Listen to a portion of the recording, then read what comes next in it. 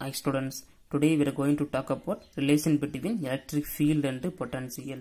அதாவது மின் புலத்திற்கும் மின் அழுத்தத்திற்கும் இடையே உள்ள தொடர்பு என்னன்னு இங்க பார்க்க போறோம். Okay, consider plus q charge and surroundings full electric field produce ஆயிட்டு இருக்கும். plus q charge அதனால அந்த electric field ஓட டைரக்ஷன் எப்படி இருக்குன்னா வெளிநோக்கி இருக்கும். சரியா? Then so electric field க்கு against நாம ஒரு சார்ஜ் பிளஸ் கியூக்கு மூவ் பண்றோம். எந்த டிஸ்டன்ஸ்ல? dx டிஸ்டன்ஸ்ல, ஸ்மால் டிஸ்டன்ஸ்ல மூவ் பண்றோம். அதாவது ஒரு ஒர்க் பண்றோம். அந்த ஒர்க் டன் தான் dw - edx. ஓகே, இந்த மைனஸ் எப்படி வந்துச்சு? the minus sign implies that work done against the electric field. மின் புலத்திற்கு எதிராக நாம ஒரு வேலை செய்யறோம். ஏன்னா டைரக்ஷன் இப்படி இருக்குது, வெளிநோக்கி இருக்குது, நாம உள்நோக்கி ஒரு வேலை செய்யறோம். அப்போ இதுக்கு எதிராக நம்ம வேலை செய்வோம்.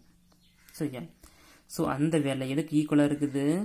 மின் அழுத்தத்திற்கு ஈக்குவலா இருக்குது. the work done equal to electric potential difference. Okay, then dv equal to work done என்ன போட்டிருக்கோம்? minus edx போட்டிருக்குமா? then electric field equal to gradient of electric potential. Okay, இது ஒன்லி எக்ஸ் காம்பனண்ட்டுக்கு மட்டும்தான் இது பொருந்தும். சரியா? தென் இதை பார்சியல் டெரிவேட்டிவ் எழுதணும்னா E vector equal to minus பொதுவாக எடுத்துக்கலாம். Doh V by doh X I cap plus doh V by doh Y J cap plus doh V by doh Z K கேப்னு எழுதுவோம் நம்ம. சரியா? Okay, thank you.